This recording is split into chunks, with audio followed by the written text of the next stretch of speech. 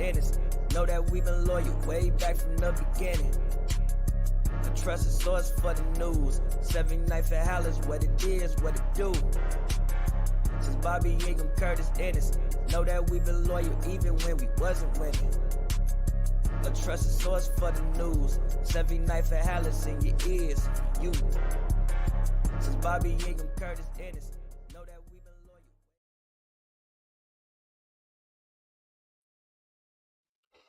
Ladies and gentlemen, what's going on?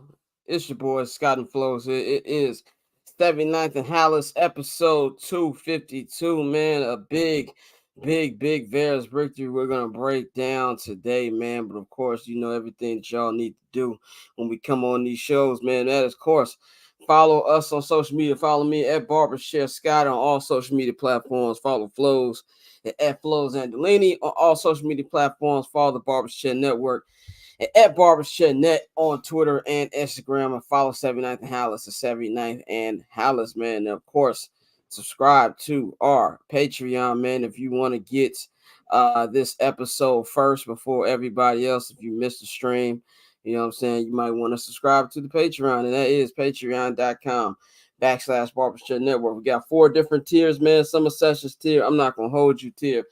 79th and Halas tier. With the 79th and Halas tier is $5, and if you missed the live stream, you get the show the same night it came out. You don't have to wait for a day for it to come out, man. And of course, you get 25% off code for new subscribers for the BC Net shop, man. And we're entering into October, which means we are entering. This is our 10th season doing this podcast, which is crazy. And on Tuesday, on bcnetshop.com, as you see, we have 10th anniversary merchandise that will be available, hoodies and shirts celebrating the 10-year anniversary of the pod. That will be available, bcnetshop.com, on Tuesday, October 1st.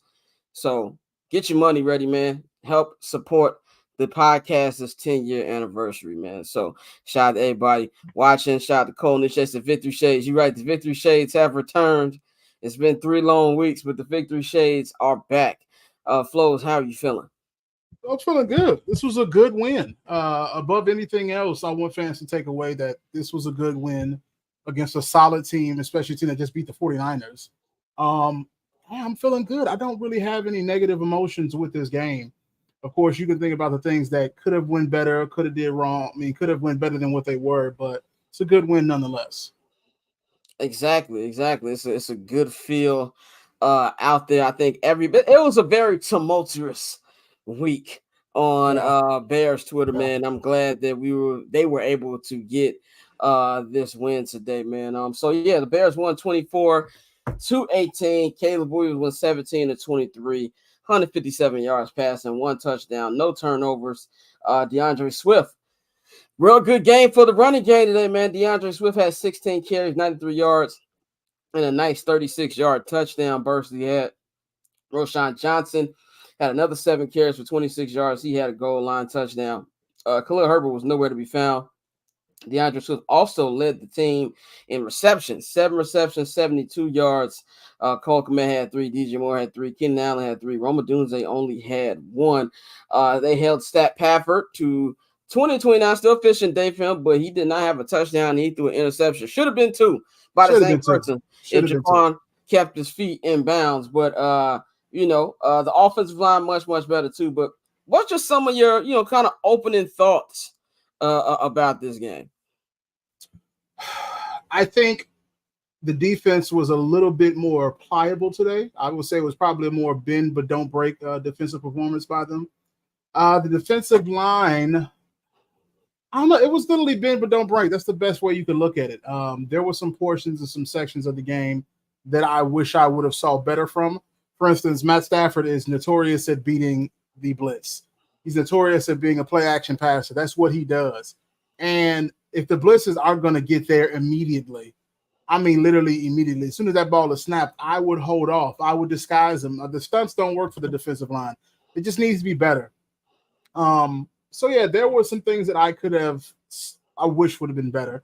But all in all, I think the defense played really good. The offense came back. I mean, 4 scoring drives is unfortunately unheard of as a Bears quarterback, and to see that happen with the offense was a really positive step forward. Overall, I'd probably, if I were to grade this offensive and defense, I'd say that the offense was probably a B, B minus, C plus. Defense was probably a B minus, B plus, or B minus or regular B. So it was a more balanced approach from the offense and defense today, a little more complimentary, at least in my own personal opinion.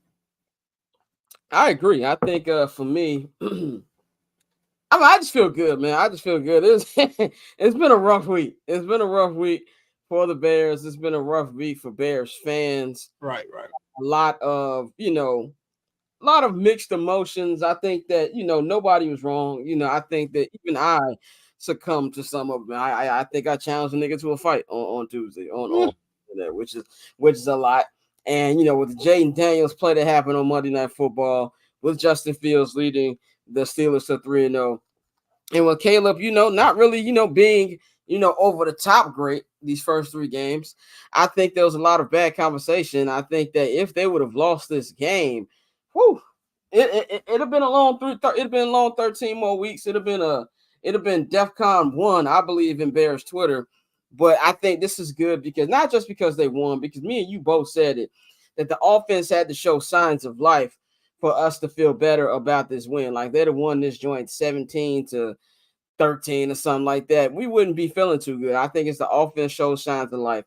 And Caleb did what they needed him to do. Wasn't something flashy, you know what I'm saying? But it was efficient and it got the job done. He's a rookie, and sometimes you're going to have these games where, he is put in these situations just not to mess up. And I thought he did really, really good at that. We spent all week shitting on Shane Waldron. I think you got to give credit to Shane Waldron at the same time. I thought he called a solid game plan today, especially in the second half. And this is 2 weeks in a row where his second half game plan has been really, really well. This is 2 weeks in a row, actually 3 weeks in a row, that Caleb's second half has been great. Not that the second half was bad this game, because they didn't ask him to really throw in the first half. Right. I love dedication to the run. Now I still want to see what this is going to be like long term, because the Rams do have a terrible rush defense, but the Colts, and they did nothing. I think that you saw some of the differences from they told Shane Waldron, Mercedes Lewis, big dog, got the game ball about saying let's get more aggressive. They were aggressive. That was those 2 things that you could argue that Caleb should probably have another touchdown. Roma Dunze broke open for one. I don't know if that was a pass interference on the defense that didn't call, but he didn't. That was a hold. That was a hold. Yeah, that was a hold. Maybe DJ Moore stopped running his route. I don't know what went on there.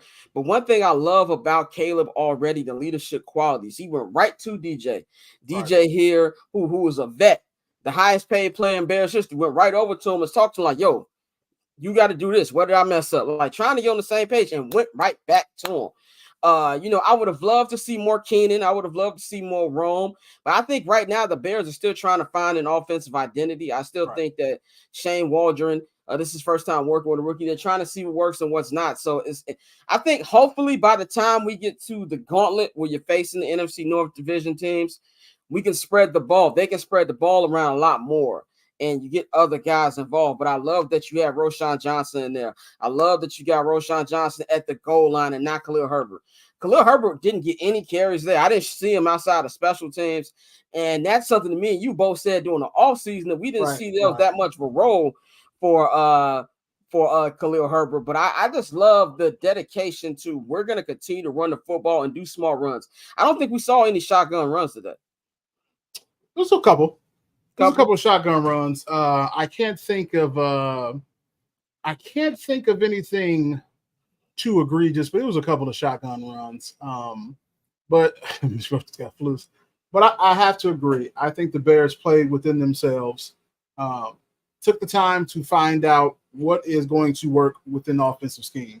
And so sometimes the Bears struggled inside zone. Sometimes the Bears struggled off tackle. I like that most of the time, the vast majority of the time, you saw them hitting next to the guard. You're hitting them for a nice dive. And things were working out the way they should work out. Nice, simple plays, running forward, north and south, which is, unfortunately, DeAndre Swift may struggle with at times, is getting north and south as opposed to going east and west when he's running, meaning side to side or forward. he did really good today. The offensive line held up today. There was a few sacks that I would say were more on Caleb. Even Coach Eberflus did say that those sacks need to be cleaned up. But I thought the offensive line did solid in the run, did great in the running game, solid in the offensive passing game. And I don't. It's a weird game because I don't think I have anything overly negative to say. Now, at the beginning of the game, when they were struggling to find their momentum in their feet, it was like, here we go. Here's this, here's that. They're not moving it up. Here goes a penalty. A lot of undisciplined football in the first half. And I think Matt Eberflus saw that, which is why, and not Matt Eberflus, specifically, Caleb Williams saw that. Caleb said, there was some time there. We could have scored, but, came back with some negative plays. And those penalties really hurt them in those drives. But overall, man, I think it was a good game. It was a good game. It's rare. There is no such thing where you have a game that is just bad. I mean, that is just great. There's nothing wrong, nothing you can critique, nothing you can go over. But there are certainly plenty of games where you can say, you know what? There were enough positives that the negatives were just very minimal and just didn't really need to be honed in over. And I think this game is one of those. I think too. Yeah, I think that it's a slow process. I think more than anything for Bears fans right now is continuity. Like you want to see this continue. Right. You don't want this to be just a 1 week thing, and then next week against Carolina, we're doing the same things. Take the good thing that you did, the good things you did this week, and build on them. The defense. Actually, I won't even call them bend but don't break. I thought they did a pretty good job today. Only 18 points allowed. The only reason I say bend but don't break is because the Rams were getting a lot of chunk plays, 17 yards, 19 yards. But when they got close to the goal line, a lot of it was failing. So that's why I would say bend but don't break. And I hope. This is I think this is the 7th or 8th game in a row they've held teams under 21 points.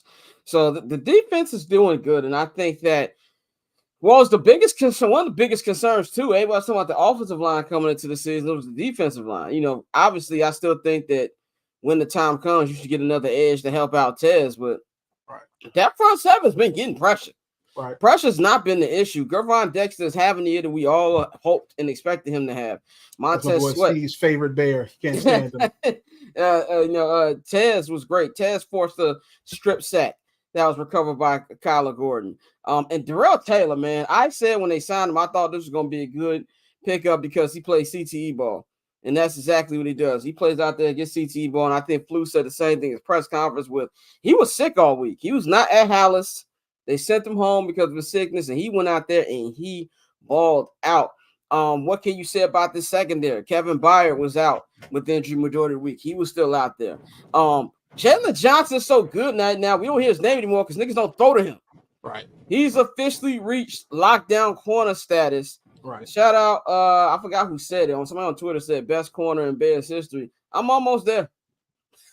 And we doing coverage. Like I know Peanut got the turnovers and everything. Like we talking about straight up lockdown, bro. I can't name one better. Like he's that guy. One-on-one, I can't either. He's that guy.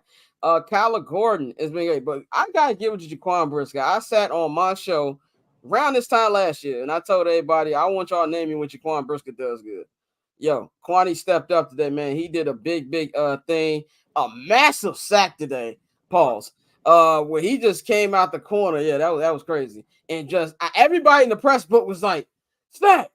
Like at the same time, because we saw Matthew Stafford couldn't see it. Boom, knocked him out. Should have had 2 picks. But he got a pick. He said last week he's waiting for a quarterback to throw his way, and he got his way today, man. And it's just really good. And I think this is gonna boost morale for the team. Right. And Flus, we didn't cuss Flus out today. There wasn't nothing that Flus did out the ordinary that was bad. He didn't let McVay completely outcoach him. Now, I do believe if Cooper Kupp and Puka Nacua play this game, we're up here having a different conversation. But it's the NFL. Injuries happen. You're supposed to win these games. And I just think that's just really, really good on how it looked. Let's talk more specifically about Shane Waldron because he's been getting killed by us, by the national media, by fans. Tell me things that you liked from him today and what you didn't like from him today. Well, out the gate, what I didn't like was a slow start. it took a long time for that offense to just do the simple things: running the ball consistently, running off play action, opening up the middle of the field. And it took to the second half again for that to happen. Now, what I did like from it is that he used the running game a lot more. Stay with the running game, allow those holes to open up. Use Roshan Johnson more as a more of a balancing act with DeAndre Swift, and then that field middle of the field opened up. Caleb found him. Caleb had what I'd also like that Caleb was playing within his game. He wasn't doing too much. He wasn't going too crazy. He was just being who he was and taking what the defense gave him. Now, this kind of sounds cliche when you say taking what the defense gives him, but if they're going to allow you to get 4 yards with every rush, what are you going to do? You're going to rush every time. Why not? Because three of those plays, you already have 12 yards. And so if they're going to allow that middle of the field, they're going to allow a soft flat to be opened up, use it. And I thought that's what Caleb did. And Caleb was performing really well at a high level. I enjoyed watching him play today. And I do say, I think he had his most consistent game as a professional. I still like last week. And I thought, honestly, one of those picks could have been avoided had it been in Rome, had Rome called it. And I say probably that was one of his biggest breakout game, especially because he was near 400 yards. But in terms of efficiency, I would have to give this one to I would have to give him this game. I think this game was a really simplified, easy way for him to ease into the offense rather than trying to get it like at a blunt instrument. And I think it was beneficial to the growth of his game. And you said this in the press box where you said like basically, these are the kind of things that you want to see from Caleb because it kind of builds up, I guess like, different styles of games, and you're not putting too much on. I think the number one thing that came out of last week in the 53 passing attempts was you're expecting your rookie quarterback to do much. They dialed that up a lot today. Only 23 passing attempts and 28 rushing carries. 28 rushing. 28 carries total by the team. It was 16 from DeAndre Swift, 7 from Roshan, and Caleb had 5 himself. So they learned their lesson a little bit. And I have no problem with them boosting that up to about 30, 35 pass attempts per game. I don't want any Justin Fields type attempts that we had, where sometimes they wouldn't let Justin throw for, 30-some yards. I think if you allow him to throw for 30 more, Justin would have had him on 300 yards throwing yard passing, as we saw today. Justin in Pittsburgh threw for 30-something attempts. He had 300 yards passing. So I thought that was good. I think for me, good and the bad, good was you learn from your mistakes a little bit. You know what I'm saying? He was great in the second half. Bad, I think I'm with you. I need to see quicker starts. I think the first drive of the game was going well until you decided to do a bubble screen with Cole Kmet. I didn't have a problem with the bubble screen there. The problem was giving it to Cole Kmet. If you're going to do a bubble screen, give it to one of your faster guys that you have back there. So I think you need to have faster starts. I want to see these big wide receivers that you have, use them more. You know what I'm saying? Like, I need to see more downfield shots. I want to see less vertical passing. You know what I'm saying? Right. Passing game. More down the field shots. You got Keenan Allen. You got Rome Odunze. You got DJ. Use all three of them. Like, we got, DJ. Cole had 3 targets. DJ had 6 targets. Keenan had 3 targets. Rome had 3 targets. I want to see more than that. You know what I'm saying? Like, I want to see more targets. Hopefully, as time goes on, we'll see more of that, and you'll use more of the weapons, get Gerald Everett. I think right now it's kind of like Shane Waldron. It's kind of funny to me because I don't know if you remember from the Bears YouTube show, 1920 Football Drive. There's when they did the 38-minute episode one on the actual draft. When they drafted Rome Odunze, Shane Waldron like, wow. And Brian Poles is laughing like, are you overwhelmed, Shane? It feels like the nigga's overwhelmed. It's like he got too much food on his plate. And he don't know what y'all to eat. Like, yeah, I'm gonna have a little bit of this. I got a bag of fries over here that I left over. I need to eat some of these fries. I feel like he's still learning a way to do that. Now, with these next couple games you got coming up, I'll say the next 2 games, because I think Washington's gonna be a tough game now. You've got Carolina next week, and then you've got the Jaguars, who they looking first pick worthy. Yeah, they do not look good. They look bad. It looks like Doug Peterson's gonna be working at a quick trip down there somewhere in Jacksonville. He gonna be interning for AMP over RAOP. By week 9, they keep this up, and Trevor Lawrence looks terrible, nigga. So Yeah. those are two really, really winnable games that you got coming up. And Carolina's gonna be a test. Yeah. Carolina's gonna not Carolina, but Washington's gonna be a test I'm because saying, yeah, like you're not talking about freaking Carolina, but yeah. Washington's gonna be a test. They just blew out the Cardinals. When you play the Cardinals after Washington, and I'm not saying Washington's a winnable game too. You know what I'm saying? You've got 4 winnable games coming up with the Panthers, with the Jaguars, with the Commanders, and with the Cardinals. The Cardinals ain't that good either. Right. So, but Washington's gonna be a big game. All eyes are gonna be on Caleb because the pick 1 and pick 2 going at it, and the way that Jaden Daniels played. Now, didn't play that great today. But I just want to say that because I'm petty with some fans. I love Jaden. I'm a Jaden Daniels fan, as I had to bring back my reel from this summer where I said that the Washington Commanders was going to be a good team. I predicted that. And then also, I'm a Justin Fields guy as well, but some of y'all be bringing it out of me. So I'm like, you're doing too much. Jaden had a rookie game today. But that's the type of stuff you're going to see. So the Bears need that quicker starts. The Rams are a good team, well, coach team, but they are severely beat up right now, and Carolina's just terrible. So that's why I want to see quicker starts. So I want to see some urgency from the Bears these next 2 games, pretty much.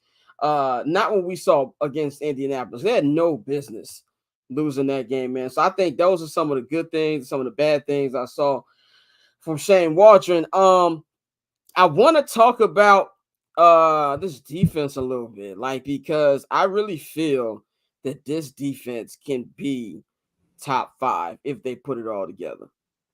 It's a bold claim. It's a bold claim, but I love what they've done so far. Like, no team has put up 20 points on them yet. You know what I'm saying? Like, this has been a really, really solid defense, top to bottom. Right. Now, I think that the better the offense gets, the easier it will be for the defense. So they don't have to play lockdown football every week. But I just love what they're seeing. The scheme is good. Eric Washington, and if you got to give Matt Eberflus credit for anything, you got to give him credit for how that's being played as well. What did you like from what you saw from the defense and how this can carry on? The biggest thing I liked is how the secondary played. The secondary, though, there's some chunk plays given up by the linebackers that I think were more bad scheme than I would say were bad plays. I think the secondary was really solid. One-on-one coverage was really good. I mean, you didn't even hear Jalen Johnson's number call because they were not even threatening Jalen Johnson. Jaquan Brisker had a great game. Kyler Gordon had a good game. Just a really good game by the defensive backfield. And though they did struggle, the defensive line did struggle with pressure at times, I thought that this was a really good game by the defensive backfield. I think they showed really shine out of everybody else. Where do you think that this is something that, if the offense gets better, can be something that can lead them to a lot of wins down the line? See, that's the thing. If it's going to lead them to something, it has to be more consistency on offense, because the best of the defenses will still get freaking beat up and destroyed if there is not enough momentum, if there is not enough consistency on offense. And so in order for the defense to be the best that they can be, they have to score. We're not in the era of 2000s where, you have, who was it? Was it the Raiders, and you had the Buccaneers, who were just, you did not have the greatest offenses, but you had an outstanding defense that can lead you all the way. Those things don't happen anymore, because eventually the floodgates are going to open, and eventually the best of the best will get scored on. But I do think, as Shane said, they can definitely get top 10.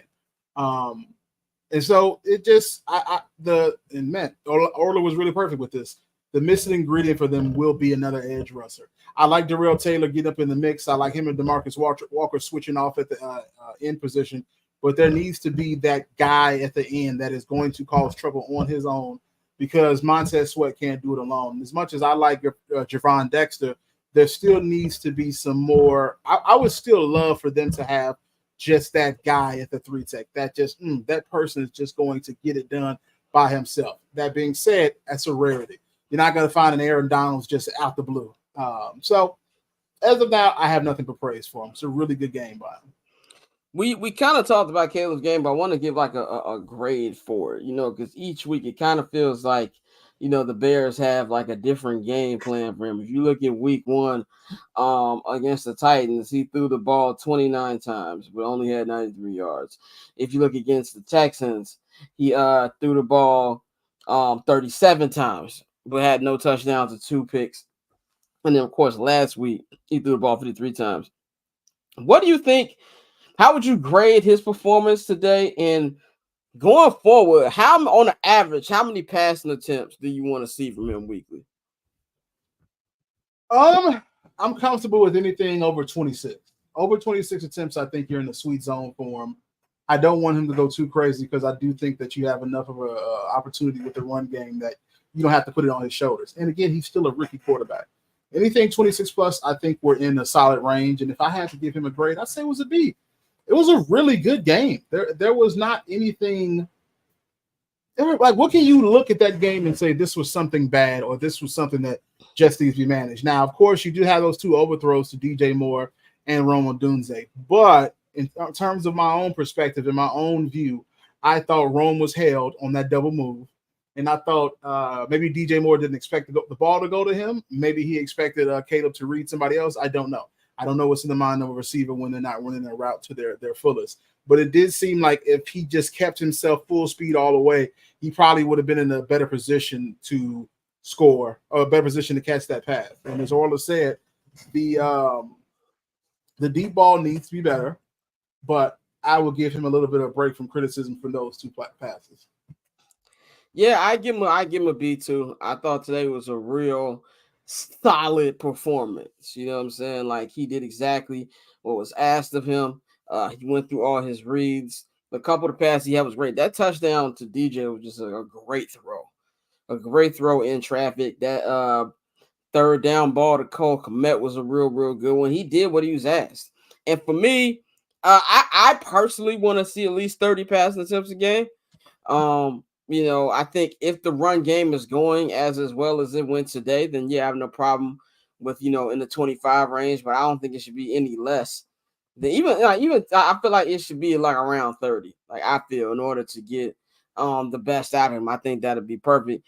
But I think more than anything for the Bears right now, you just want to be able to get as best as you can, with the offense and with the team before November 17th rolls around. November 17th rolls around, you got the Green Bay Packers rolling into town on that Sunday. That's going to be big. You look at these games coming up, like I said, you got the Panthers coming up right now. The Bears are a 3.5-point favorite at home against the Panthers right now. Then they go to London to play the Jaguars, on the road to play the Commanders in D.C., on the road to play the Cardinals in AZ, and then they got the Patriots at the crib in Chicago before you've got three straight division games. Actually, no, you got this is what the schedule looks like after the 10th of November. You got the Packers in Chicago. You got the Vikings, who are 4-0 right now, and Sam Darnold is and that just shows you competent coaching right there. Kevin O'Connell, who I said this offseason, one of the best coaches in football from the McVay tree. He was the offensive coordinator for the Rams when they won the championship in 2021.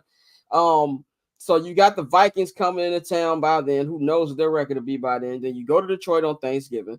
Then you go on a road to play the 49ers. They should be full strength by then. Or like Orlando says, don't let them Jordan Love numbers fool you. He's still a BLT merchant. That is true, but he ain't been a BLT merchant against the Bears last year. So they definitely got to look out for that. Then you got the Vikings again in Minnesota on Monday Night Football. Bears at the crib. Seahawks in Chicago, and you got Packers. So yeah, like your last quote unquote winnable game is November 10th. So you have to go out there and take care of your business, man. Take care of your business in these next 5 games. Finish your breakfast, as Jay-Z likes to say. Finish your breakfast. If you can go in these 5 games, let's say you go 3-2 in these next 5 games, right? So then what? You're 5-4. Mm-hmm. It gives you a fighting chance. I prefer to be, 4-1 in those 5 and gives you a little more cushion, because that's a gauntlet, and you're not going to be able to come out the gate struggling offensively against any of those teams I just named. No, I agree. But I mean, at the end, I try to look at this as a week by week basis. And the week by week, they need to make sure that they're playing those teams that's right in front of them. So they're right now they have a chance to celebrate. You just won. You got a nice win. And as Matt Eberflus always says, it's hard to win the National Football League. But actually, after that, it's time to focus on the next opponent. Beggars can't be choosers, and I'm not going to be too antsy on what they need to do because as of right now, even if they got into the playoffs, I don't think they'd make any noise. And I'd rather them not make it knowing that they never make noise versus make it and not make noise. I get it. I know it's probably not the best position to have, but it's the same thing with like offensively today. Explain that for me. Why don't? Because I feel like playoff experience will help them, even if they lose in the wild card round. I guess I'm looking at it from a fan perspective and what I want to see. I don't want to see them come into the playoffs and they're just getting absolutely depleted. I want them to have an identity before they get into the playoffs. And if they don't have an identity, it's like, why am I watching it? I'm watching it to watch them lose. It was like Matt Nagy's last playoff hurrah with the Bears. What was that? 2020. 2020. They got in the playoffs. I'm like, yeah, this is over. They're not going to do anything. Yeah, I think that was a different situation because that team been together. Of course, it's a different situation. I'm not specifically talking about that situation. I'm saying you knew nothing was going to happen. And as of right now, nothing would happen with this Bears either. And I don't want that. I want to know that they're going to come in there and make some sort of noise. And unfortunately, during that year with Nagy, I was like, nothing's going to happen. I just knew it because there was no cohesiveness. There was no identity. And I want better for them before I get into the realm of, oh, man, I'm so happy that they got there. Again, as you said, experience is a great teacher, but experience is a great teacher when it's also being absorbed by people who know what they're doing. So, from a fan perspective, I get that. I also get that if you're somebody who doesn't want Eberflus here long term. I think that player-wise, it will be great for Caleb to get that postseason experience, for DJ to be in there for the first time. But Keenan's been there a couple years ago, but get the guy. That whole defense ain't been there. That whole defense has never been like. I feel like that'd be good, especially if they're hosting a wild card game. I think that'd be fun, even if they go out there and lose. I think that's just good experience to build on. But from a fan perspective, you're like, I just don't want to see them lose, or I just don't have no faith in this coaching staff, regardless of how the season ends, and I don't want a playoff game that'll get them to come back. Then that I definitely understand right there. Do you think that there's any way that Shane Waldron and Eberflus can improve to the point where Bears fans don't want them fired at the end of the season? Or you think that bridge has already been crossed? I mean, if they start putting up 24 plus points per game, of course. Matt Eberflus has to win like 9 or 10 games. And he probably has to win 10 games, to be honest, if he does not want the he got to win 10 of or the anger of Bears fans. So we just have to see. But as of right now, they would have to score more. They would have to be scoring consistently. Okay, you have 4 touchdown drives today. We're gonna need another touchdown drive. 4 scoring drives. We're gonna need more scoring drives today. So as of now, that seems to be the only path forward. They don't have, at least Matt Eberflus doesn't have the goodwill with Bears fans that would have came from a great season or an almost season. They don't have any of that. So his goodwill is very thin. Yeah, for me personally, I would if they get to the point, like you said, they put up 24 points a game and Flus is getting smarter with his decisions. Wow, the fucking Raiders won that game. The Browns stink. Deshaun Watson, he just threw a pick, I think, if I'm not mistaken. That nigga stinks. And nobody deserves to win the Browns. They were too thirsty for that nigga that need to be in jail. It's going to be a good show. I'm not going to hold you tomorrow, by the way. But, yeah, man, I think that if they show major strides, I have no problem with them coming back. I would prefer that Waldron learns how to play calls consistently and that, Eberflus stops being an idiot. You know what I'm saying? I would prefer that because I don't want Caleb to have to learn another system. So I prefer they get together than trying to get somebody else. But I think it's more of what Poles thinks more than anything. So the fans complain, whatever. It don't really matter. Yeah, well, that's true. A couple more things before we wrap this up. Offensive line. Still gave up 3 sacks today. Probably should have been 4, but Caleb wiggled out of them. Tevin Jenkins left the game with rib injury. We don't know his status for next week. Braxton Jones, like Orlando said, was getting shoved into the locker room. He's bad. He's bad. I'm sorry. PFF has a love fest with him, but even me, I was been saying pretty much for a good chunk of his career that I don't know what they see. Yeah, he's bad. Darnell Wright is having a sophomore slump, I believe. What did you see from the offensive line tonight? What did you like? What did you like? What did you hate? The pocket got condensed too much.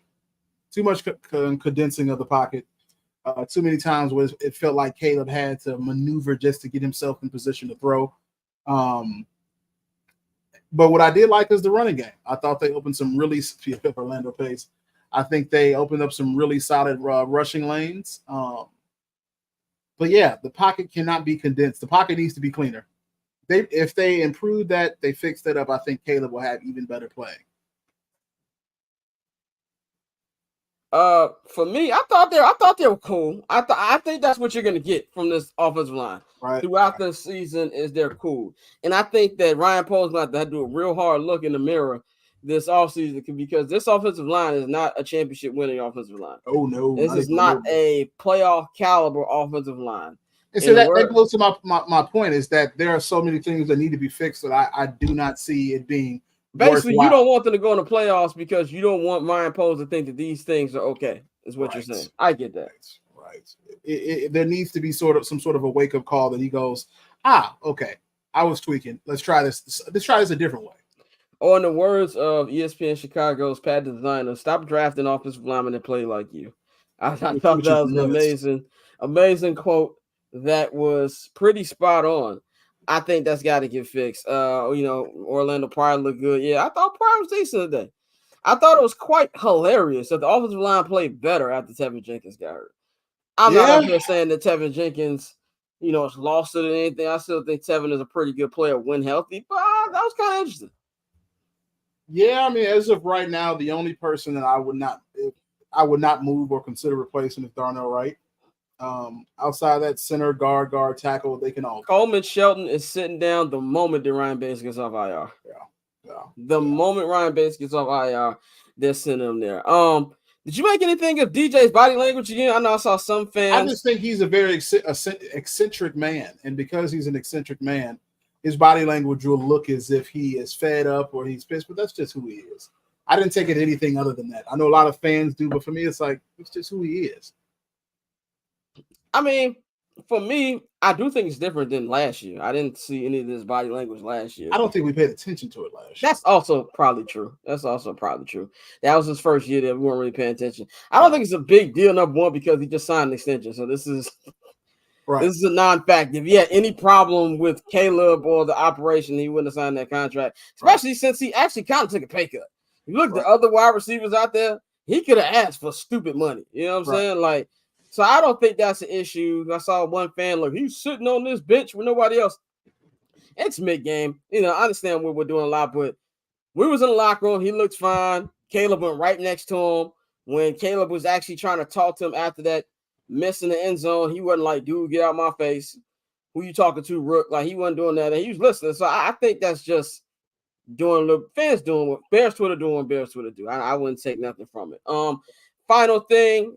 Of course, we're not going to do a breakdown on this. We'll do that on Wednesday. But how's the vibes heading into this game, the Andy Dalton revenge matchup against the Panthers? It's a game they should win. It's just flat out. It's a very winnable game. If Bryce Young was playing, I'd probably chart it off as a win. Cross it off as a win. It's a winnable game. They've shown nothing, the Panthers, that would make me believe that they somehow are a good team now. They're still trash. And the Bears should be dominating on every single position. I mean, every single phase of the game, offense, defense, special teams. So, yeah, get the dub, beat a bad team, improve yourself to 3-2, get ready for the London game. And they lost to the Bengals today. Bengals got their first dub. My guy, Joe Burrow. I know everybody getting off the Joe Burrow bandwagon, but I'm going to stand beside him. I'm still rolling with my man Joey B. I'm feeling good, man. I think they should win this game on Sunday, and I think they will win this game on Sunday. I'm not gonna give a prediction. I'll save that for Wednesday. But I think that this defense is gonna give them a chance every day. Every week, this defense is gonna give them a chance. No matter how slow the offense starts, you can bet that they're gonna have a chance to win the game at the end. Andy Dalton's not good. Even as Pete Q's just an okay quarterback. He's not good. We saw him today. This is. Did he a multiple-time Pro Bowler? Yeah, he's multiple time Pro Bowl. He was a serviceable, decent quarterback. I feel like that's an understatement. I don't want to call Andy Dalton good. I thought he was cool. I thought Carson Palmer was good. I'm not gonna call Andy Dalton good. I mean, he's a 3-time Pro Bowler, bro. He was a good player. Pro Bowls are kind of overrated, though. All pros. You consider he's not a bigger quarterback than Carson Palmer was. I don't think he was. I'm gonna say he was a better quarterback than Carson Palmer was. I don't know. We gotta look at them stats. Carson Palmer, 3-time Pro Bowler, the same. Them Cincy teams getting to the playoffs. They just couldn't beat the Steelers. Their stats look very near to each other. Very similar. He played how many years? He played 14 years. Andy Dalton played. Then we went to Arizona and got like a real revival. So. Yeah. Hey, I think that I think the defense is gonna do what they need to do to Andy Dalton. I think the Bears will have chances to win that. But we'll break that down on the Wednesday show. Like we all said, man, this is the 10th anniversary of 79th and Halas. We've got 79th and Halas 10-year anniversary merch, hoodies and t-shirts. We got some in gray, some in navy. Get that on Tuesday, October 1st. It will be available on the Barbershop Network shop. That is bcnetshop.com. Come and support us. Get your 10-year anniversary merchandise. Before we wrap up, man, what's something that, if you remember, some of the best moments from us doing this podcast in 10th season? Like, what was some of your favorite? Did we do a pod when Derrick Rose got traded? Back when 79th and Halas was just anything and everything goes? Yeah, pre-Barbershop Network. We were just angry. We had 1,000 plays, which for us was just like at the time was crazy. Yeah, game changer. Was like, man, 1,000 people listen to us. I forgot. Oh, the Mitchell Trubisky pod. When I didn't want to. No, he got picked, and I didn't want to record. I took a long walk down Pico. Down La Cienega Boulevard, and I walked all the way down to Pico. If anybody lives in LA from La Cienega, that's about 2 miles, nigga. I was like, and you was like, we got to do it for the fans, man. Put your emotions together. We got to do it for the fans. Yeah. And at the end of the day, we just came. We basically ours was like, remember when Donald Trump got elected and Dave Chappelle went on SNL, was like, we got to give him a chance. Right. That was us. Pretty much. We got to give him a chance. I think that all the 2018 episodes were fun because they were winning. Right. The Khalil Mack episode was great. I just want to thank everybody who listened to us since day one, whoever you are out there. I think the first episode was October 15th, 2015. Yes, that was 9 years ago, but it was 10 seasons. This is the 10th season. So that's why it's 10th anniversary. I think that I forgot which one. He said when you called Mitchie Montana when they beat Dallas. Yeah, I did that because we were watching it. That was the homie Damien's birthday. It was Thursday Night Football. And I was calling him Mitchie Montana. But I forgot which part it was, one that Isaiah always clips up. I'm rocking every day. Better. Oh, you said when you was a super fan mode. It's kind of crazy how you went from super fan mode to now we're like esteemed members of the media. You know? Yeah, and I gotta be like, oh well, it's them and not say us and then all that. Yeah. I miss part of my fandom. I miss when I was just like when you weren't jaded. Yeah, and then also when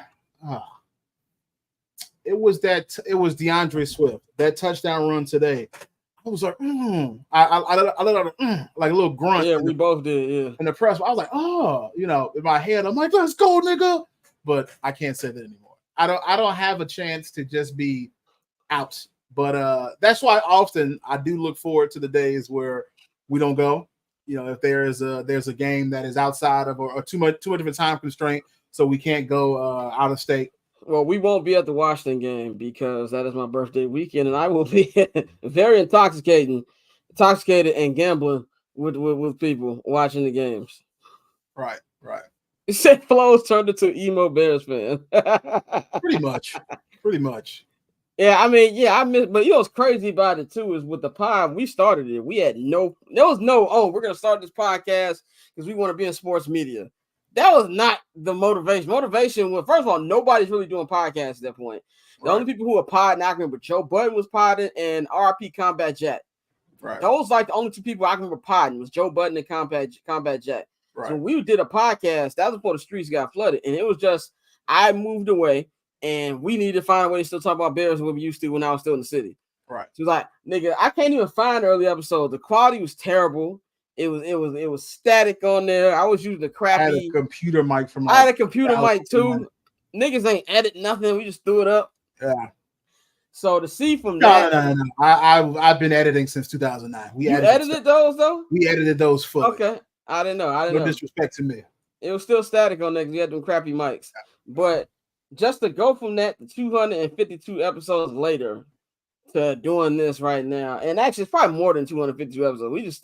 We only started counting them thinking like around 2018. So I'm pretty sure we got way more than this. Right. But we appreciate everybody, man. So we just love if y'all copped the 10th anniversary merch. If you're going to London, cop this before London trip. So we can get you out there. But yeah, so anything else before you get up out of here? Oh, sure. So you know to follow us on Twitter and Instagram at Barberchair Scott, at Flows Annalini. Follow the Barberchair Network at Barberchair Net. Follow 79th Halas on Twitter. Subscribe to Patreon, patreon.com/Barberchair Network. If you watch the video, you can take your phone right up to the screen, scan that QR code. It'll take you right to the link, man. So y'all have an amazing evening watching this big Sunday night football game between Josh Allen and Lamar Jackson. And we'll be back with y'all Wednesday. Enjoy y'all Victory Monday. We about here. Since Bobby Ingham, Curtis Ennis, know that we've been loyal way back from the beginning. A trusted source for the news. 79th at Halas, what it is, what it do. Since Bobby Ingham, Curtis Ennis, know that we've been loyal even when we wasn't winning. A trusted source for the news. 79th at Halas in your ears. You